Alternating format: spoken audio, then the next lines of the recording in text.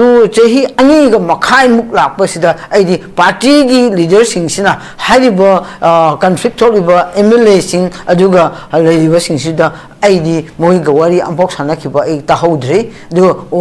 those to Kidri, that's that day, as in Masi Atumani Tolagabu, Kamanabu, Popro Gomelak doing over. Popro Gomela Hungary, Haribo party initiative of Capo level. Hosi party did tumble later. Aduga party did tumble Kamana Gomelak doing over. Adu Gomelak, Hadi Bopunum, Centerna or so. Centerna, Haokip, Iran, Miyam, Haiba, Tazaba, Makak, Hadiba situation, the problems, lower box hope to be any popular government, Layani, have a Tazaba, 3 daily government tongue with our Monday. Aduga Hosi, popular government. La ani hari bo Miyam si mo ujabadi problem solve to binate ekoi party gi election nakle 2027 da to da bina party soidana koi government se lehingani haba adum do oni yinga ngang le re ba ekoi popular government lagadi problem solve to di soidana haba rom de sat re ba odigi an party amma leibnina the government amma ekoi tungda election gi advantage lo na bagi domata soidana thamning de su Okay, popular government Tambakani, Sahi Narisudum, Habakani, what color do in Chakre, problems hope to room the high Revoca, Adugi Amare. Aduna, Mazunani, Aduna Neko Gomen Lawe Haitian. Aduga highly Bopunamo or IDPS inner line permit. Asishu, Kamhaina, Gomen highly.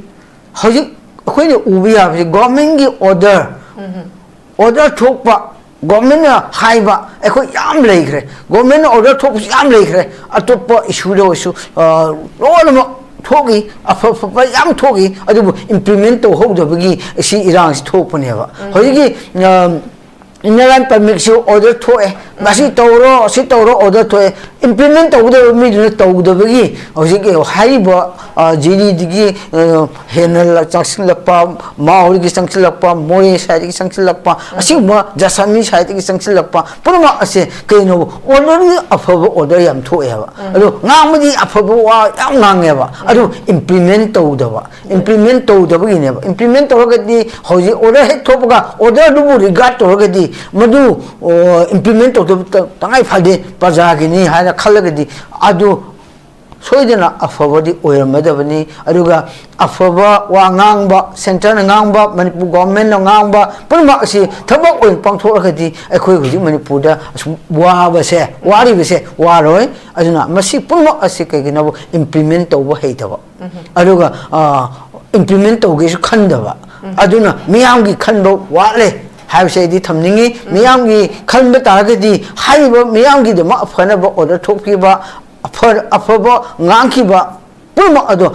Tanaba Targadi, a Manipur Seuki, Pum the Hero, Yam Nusisan and Lakigani, Aduga Yamda, a favor Manipus Oikigani, Aduga, Zati Kungataba, Zati Yamtava, Asimba, Sida, Hudik Ladiba, situation, Sida. Crisis is a Santam Messina, a quickie, Mangzabana, Hingani, a favor that La Oi, Azuna, Zati Yamba, Bapomista, Quina. Problems great to problems sumle machine sumboy and kali aduna masi lady bopuno asida ena sum masigi ada tentang na sum matam sulai leitre to thamjani wudi masi puno ase koi lady bo government Tazariba, Center na Tazariba, Center na equipment Pusibu Tazaribra. How's Moina Heidi and Lakiba, leaders in the Quida, government Tamna begin Mota Tazaba Pire. Yes, government Tamni has the Mutan Haikana Haidi again. I don't know, Tamani have do, government Tamani Hadak is a Nakoi Madugi, Tambi Anabagi Tabakato over. Government Center na government Tamani have a Tambi Anaba. Nani Vadu Santana Tamanagi Namata no party na Kangde Luga Ladiva government Paiva MLA 59 MLA Sina Kat Tabakato over Maduna Asina Koki Yaroga Yani Sina Mete Yaroga Yaroi Asiga Asmina tona legadi problem do party ne meida sai santan hai party gi thawak si amo leng dreba party ne meida samdai gi do adu tawdre adi party gi directive chi pi driba roi leng ya roi party government center na aduga center gi leaders na angang ba asin we ingda bane se manipur da le ba party national party sin ngang khi bale ra ba lai leite noi government yao have di ya roi government yao have mutta government sem na bagi thawak to pangthok pio ba moi government bu le ga di hoi de moi yao ra ne ba Labor da we one never. Ganagan Hari, cookie ne Yaudi Pau, Kui Manipur, the popular Gomela Pongamoy had. It means you hide river. Cookie demands a pidi Pau, popular Gomela La Miaroi, Harry La Miaroi Herring. A look popular Gomendo, Centenabo, cookie labor problem shop to the Pau, Centena, popular Goment on the Batasu, a quick minute lay Yaraba. I do not ever go Haidi. Haidi Punamak Ado, Haiba, a quick problem, shop to Holohana, Haisu, Centerga, Partiga, Yanaba Makahan, Sangevaka. I do put up a hot not view I wanted. Hot not the vida, some she did a long labor, a saying Haigine. Lady community and him not to conflict the Louisville Lydia. Lydia. A queen same boy, and not the command people go me lack the over. Why do you BJP party? Party no power, party get head no power, highly conflict totally version to me, no, almost no party directives like government formation of the BRI, the leadership colony have Namam Deva. Already a cool merit to power Namam Draga, me problem do soap to be one. A cool Iruin and Paolienlal Haokip na Tamlak Liba statement. Aduga Government of India su high basida Kugi Manipurgi integrity si Kaihaloy, Aduga Makoina Taliba, separate administration si Piroi Habasimakti. Oza Meibon Phaomei se oza Government of India na makoida separate administration di sumpi piroi hairga su masi si amaromda political dialogue leba political loiba dialogue ni adumapu piroi hairga di oza article 3 gi matung ina state within the state bifurcate tawbagi matang sisu masi ta seng harkanda parliament ta ga pukhatlaga piraroi hairga di masi bill ama pukhatlaga ek oina ga on basu mathau tabra Haina Zukhali. Sigi Matanga, Piroi, Hairagadi, Adum political dialogue oina, Piroi have a wasida, Pigi, Nagalengi Matang, the Sunagalim Tan, Bamatam, the Piroi unity Kaiviaro, Haitan, integrity Kaiviaro, the Pide. At the mind of the Pigi Matam Matamgi, Adumak, named Haginaba, Matam Matamgi, Quigi, Akoi Hanagi, Hana Sunabadudi, Matamatamina, Koi Hojik President Rule Manungsida, named Tare Koza, my boy. At the mind of the Adugi Poto, the Mak Naba political drama, political dialogue, to them Piracos Minadum, later Habisigi Matang, those are Meibon Giri, Warol Tamini, or Zantam Tamdi. Mesigi to Pishum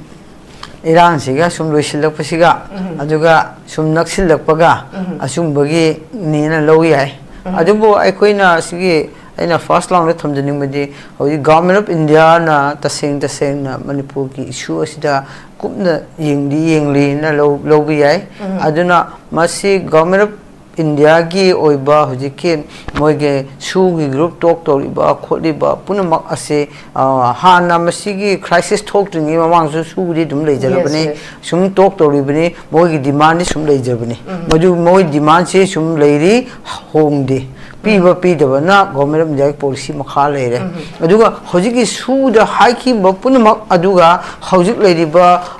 2023 Tokiba issued Shigi demand Amuga Ama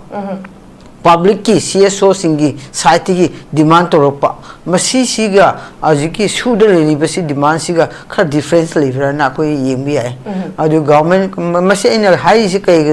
Su the already Quina she Iran talking among the me condition Makam the government of Daga Yanaba Makada talk to later. Aduna Moi Pandum Kalizere. Aduna Aquino Yimbi Abasidi Ziki Anoba demand to Ropa. demand of the CSO Singsiga, Aduga, Atopada, Sansilakriba, Nauna, Sonapa, immigrants in Haitare, Masi Sinsigi, Wakalunda, Akoi, Makuigi from later from Khongdaba, Adumugi, Wakalundigi, Masi Manipur, Lady Basi, to An Bamcook, Later, immigration to An Bamcook, Later, Rudi Nimbo Tungani, Akoi, Subsaba, Government, Indiagi Makada, Lady Bini, Masini, Visiki, what the needy Benoit, Akoi, Aikum the Hajigaba. Cookie Sinsina, Sigi needy was a cookie Sinsika government in the other relationships, Eikhoi Kangla Bravo. Not Sakaba. Hanadigi, Eikhoi 1891, so I dig is Moiga, Labo Moig, Sarapadigi, 1834, the Sarapadigi, a government in the Agi, Aduga Koige, Manipur Guinea Tow, Aduga British. Assisting Mohi, I'm not Mr. Leva, Moisi cookie. Adugi, Toropa, Adulum, Batam Lapa, the government of India, and so Mohibu, Moigi, the cow from the government of India, the cow from the Lomaxum Sin Nevoca, Sin the river, Sina, Tapudi, a quick Sin Avena, a quick from Mamma, Loja Gay, a quick from Mamma, a quick lazy gay, high the government of India, Nibeda, so then. Consider to be a cani, Kainobo, a quick contribution in the Agi, Hibam Kajakuito ini, Mishiminato ini, in the Agi the Mokta, Hanamoy, Ninja Bamaka, the May Pangbo Pangbo to Hamani, I do the Mokta Nioponin and Loze. I don't know how it so I lapo train sit up. Hojik kone uda badi. Hojik like lady situation lady issue I top of the yam higher. Hojik situation is the government of India ga Su group ka nahan talk to re Eikhoi union territory have a piraroi aduga Eikhoi state ama piraroi maramdi hariba Manipur se hana matam amada merger to matamista ningtho mo oina leiraga country amaga country ma haitale ba ma yanaraga agreement am khak toraga adugi sangrakhiba adu koi thuai badi chumoi haina machine Kanmadigi, Madun Hadibu Yaro happening. Madugi, Jammu Kashmir, Tokibudi, Haramai, I do more stay with state Manunda, Moy, I do not to one, but more stick to university. How is it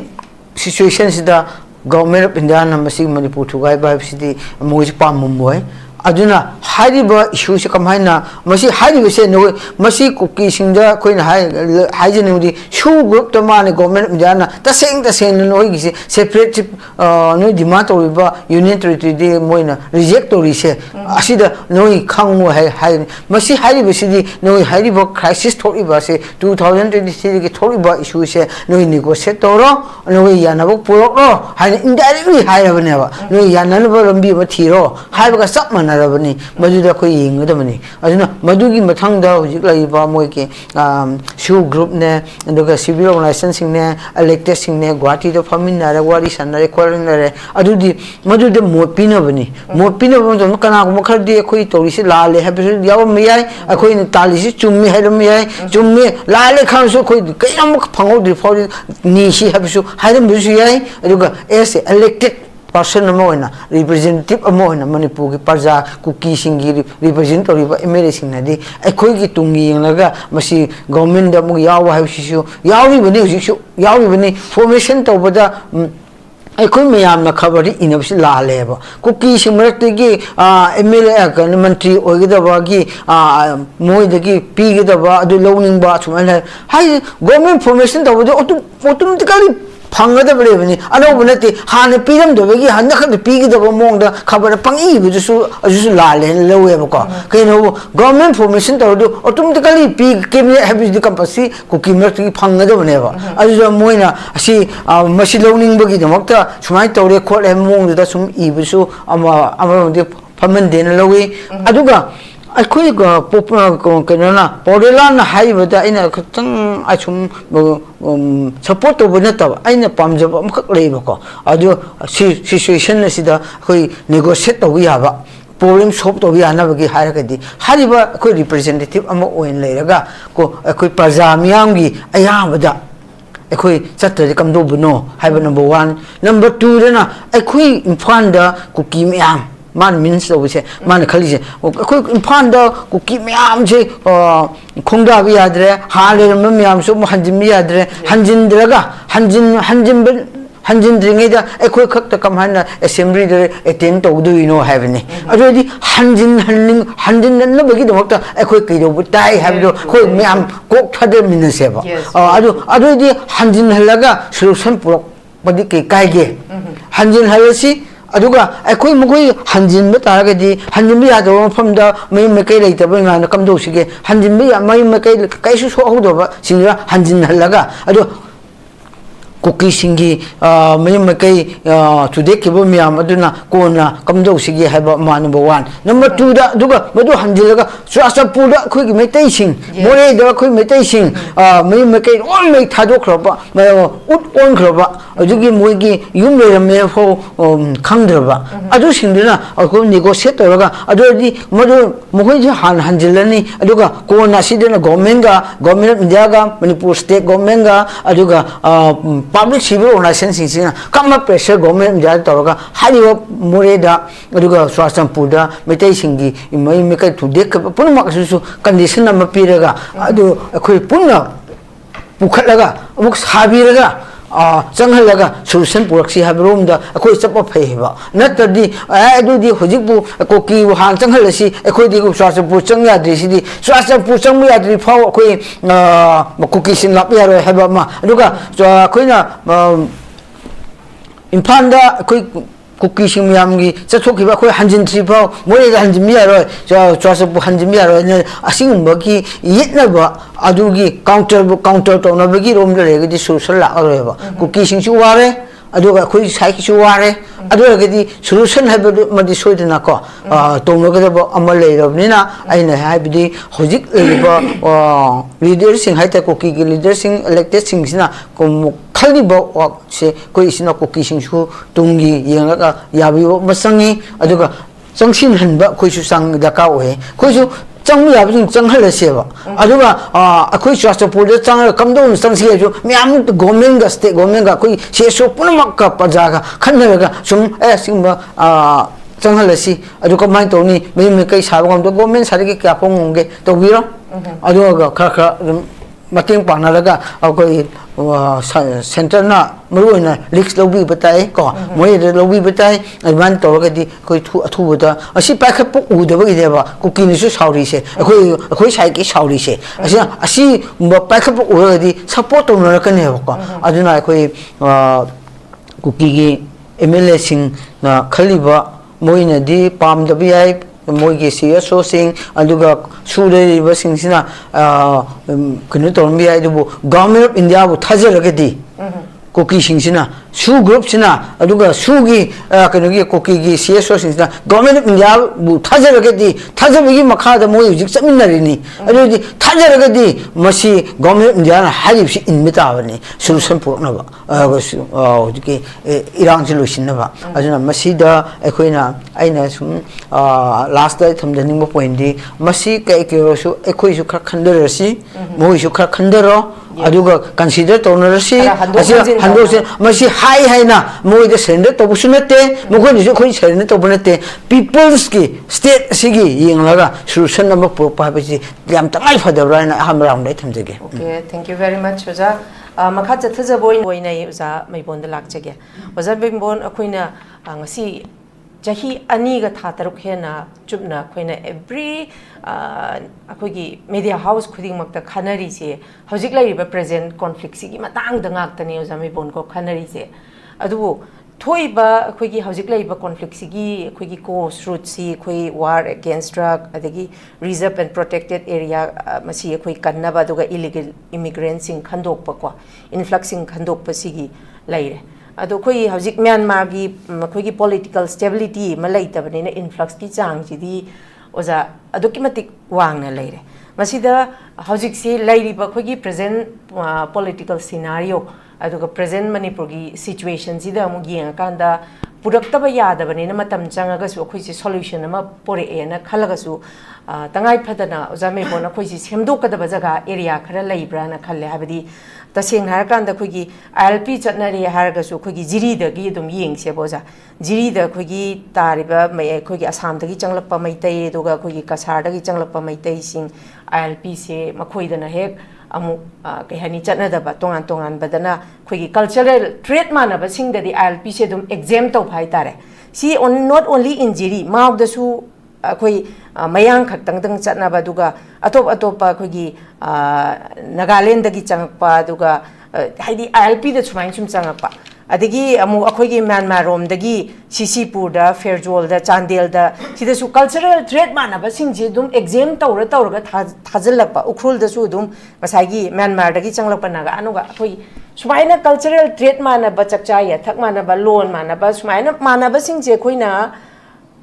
mai magi check po sidagi akhoi gi cultural trait se mane haidana akhoi exam tawdana thajallaki taragadi ngasi thoi be issue je si je khoi gi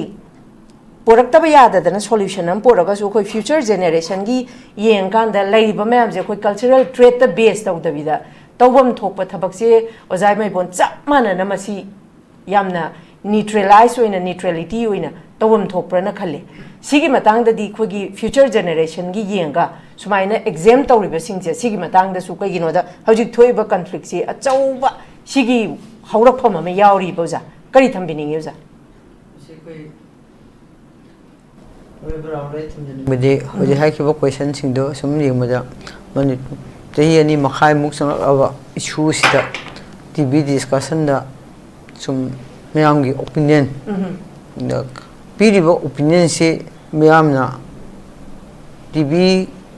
da ngangi bu punama asi Manipur bu nungsiraga Manipur se tek ta kaidana ba sum thamna bagi makta aduga leiminari bu punama asi nungsi chana leina ba adu issue thoki ba si problem si solve to na ba hai bagi dom da sum Miyam na discussion sum chathar bini adubu chathar ngangi ba discussion da my opinion piriba punama asi kanana lawduino kanana induino nate ilu habsnate suggestion Miyam piribisi government khangna baneba central government or government Manipur asi ni khangna baneba piriba parjada piriba asi singsi ekhoina kamaina lokhasige kamaina masi piriba se kamai sop to sige moina ngangi se khoi lawya ba kana lawya da karino asi to thoga haiba issue si sop to ninagadi nani to ra bane adubu government sina sop to ningdo problem solve to ning da bagi makta Miyam gi khangai Miyam khanna piba discussion asi yeng ruga di akhoi solution way madi putho pi ra da bane ko government of India gi aduga government of Manipur gi leiriba saka paiba Miyam sina putho aga togu yara bane aduga masida sum lakpa madam sita ajiki hariba Manipur sida anoba government gi yam ngawjaba yam leire kai gi damak no Manipur da anobo government lakdu ise government anobo lakdu ise kai gi damak lakdu no solution purok na lakdu ira just irang le su government di leite bi ade Eikhoi government di leite bi ade banina ago irang le su mi hat na su mai makai ji IGPS ning baka ga sum le su moi dina Miyam gi chum talk ibuduna Miyam gi oire aduga Eikhoi di government leite biaroi haibi wakhalon khakla de yenglaga government government hairi bra aine thamjani budi masi aduidi haiba popular government thamning bagi arthado kaino aduga popular government thamna bagi kai thabuk paikhalagi government lening iba Miyam sina kai gi damakta government le yanbagi kai thabuk lokhatlagi ba aina sum ma haijigi masi any party gi against natte haiba popular government lapi yanbagi damakta Eikhoi Manipur gi political party sing government party yawi ba political party sing na kai thodang lau rage adoidi center da popular government lakna gi damakta kai hai rage or hariba conflict thobiba group ani gi representative sing lediba MLA sing da hariba party sing sina chalaga kai wahi hai rage kai negotiate propia lambi ngana khraba asi hek irang thobe tu in to Chehi Aniga Makai Muklapasida, Adi party leaders in Sina, Haribo, conflict over emulating Aduga, a lady was in Sida, Adi, Moigawari, and Box Hanakiba, a Tahodre, do those to Kidre, that's that day, Azuna, Masi, Atumani Tolagabu, Kamani, Popolo Gome Lak doing over. Popolo Lak Gome Lahangabdi, Haribo party initiative of Makapo level. Adu, Hosi party did tum later. Aduga party na di tum lega kamhaina gome lakdo nova. Adu gome lakpa haidi punum ase center na oresu center na hapke irang le Miyam sida haiba thajaba makak haiba situation sida problem si lower mok sop to biarani popular government layani haiba thajaba ri fau de government thamguda mande. Aduga hoji popular government la ani haribo Miyam si moin ujabadi problem solve to bunate ekhoi party gi election nakle 2027 da tawada bina party soidana koi government si lehingani haiba adum bo oni yinga ngang le reba ekhoi popular government la gadi problem solve tawadi soidana haiba rom de satre haba odigi an party ama leibnina the government ama ekhoi tungda election gi advantage lo na bagi demota soidana thamning de su ekhoi popular government thambakani na sahi amakak ngai su dum habakani haba wakhalon do inchakre problem solve to bom da haidre haba ko adugi amare aduna majuna ne ekhoi government la we haise aduga gadi haribo punumo ojigi IDPS ge le kanugi inner line permit kise asisu kamhaina government na hairi hoji khoi ubiya government gi order thokpa government na haiba ekhoi yam leikre government order thok yam leikre atopa issue do issue lolmo thogi afa yam thogi adu implement to hogdabagi si irang thokpane ba hoji inner permit so order thoe masi toro order thoe implement to the mi to the bagi hoji ke haiba jini digi henal chaksin lakpa mauri ki sangsil lakpa moye side ki sangsil lakpa asima jasami side ki sangsil lakpa purma ase keino order afaba order yam thoe ba adu ngamadi afaba wa yam ngange ba adu implement to the bagi ne ba implement to gadi hoji order he thopaga order du regard to gadi madu implement to tangai phade pajagini haina khalagadi adu soidena afabadi oyramadabani aduga afaba wa ngangba center na ngangba manipur government na ngangba purma asi thabak oin pangthoragadi ekhoi huji manipur da wa base wari base waroi aduna masi purma asi kegina implement to heitaba aduga implement to ge khandaba aduna miyam gi khanbo wale हाइबसे दि थमनिंगी मियाम की खलम तारगदी हाइबो मियाम की दमा फनबो order थोकीबा अफबो ngang पुरमा अदो तलब तारगदी मणिपुर से हुजिकी film the लेरोय याम नुसी सनन लेखिगदी अदुगा यामना अफबो मणिपुर से ओइखिगनी अदुगा जाति kung ताबा जाति याम ताबा असिगुंबा सिदा हुजिक लेरिबा सिचुएशन सिदा crisis se sangtham basina ekhoi gi mangjabana hingani afawada laoi ajuna jati yama mafam sida kuina problem si create toraga problem si sumle hembasina sumroi hen khalli ajuna masi leiri bo puno asida ena sum masi gi ada tentang na sum tam sulai leitre to thamjani mudi masi puno ase koi leiri bo government na thajari base center na thajari ba center na ekhoi manipur sibu thajari bra hojik moina hairi handak lakliba leader singna khoi da government thamna begi mata thajaba pire yes government thamni haibidi muthalani hair kana haidegi adumu thamnani haibido government thamlani hairak ise nakhoi madugi thambi anabagi thabak khatawa government center na government thamani haibise thamni anaba ngani badu center na thamhanna gi namata noi party na khangde luga lediba government pai ba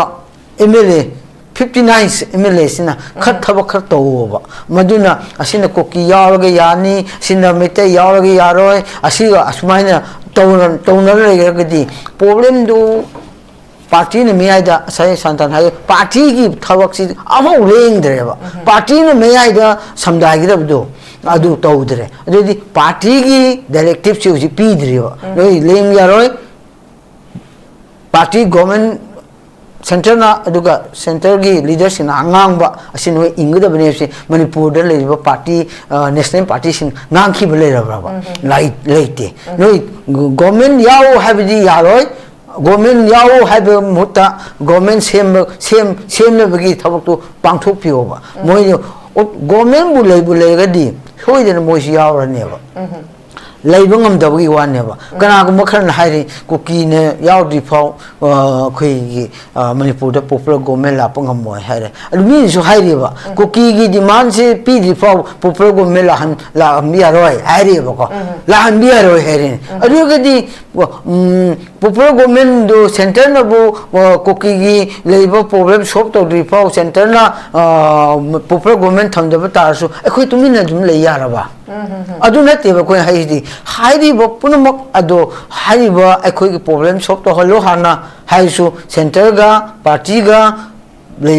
yana ba maka khan purok ba sange ba ko adu purak na ba hotna view hai wani da hotna de bi da sum sidena lang le ba seng hai gi ne le ba community ni merak to conflict do loi ba lai ri ba lai ba Eikhoi mesen bo ya na de ga kamai popular government lag do lo ba kwai lu bo de BJP mak da party na phao party ge head na phao hai ba conflict thodi ba sim da tumi lo no amasu noi to ya party ge directives le government formation to be aroi adu leadership khalani ha ngamangam de ba adu di Eikhoi marak to phao ngamangam draga mi bu problem do solve to bi hoina Eikhoi thamangam dre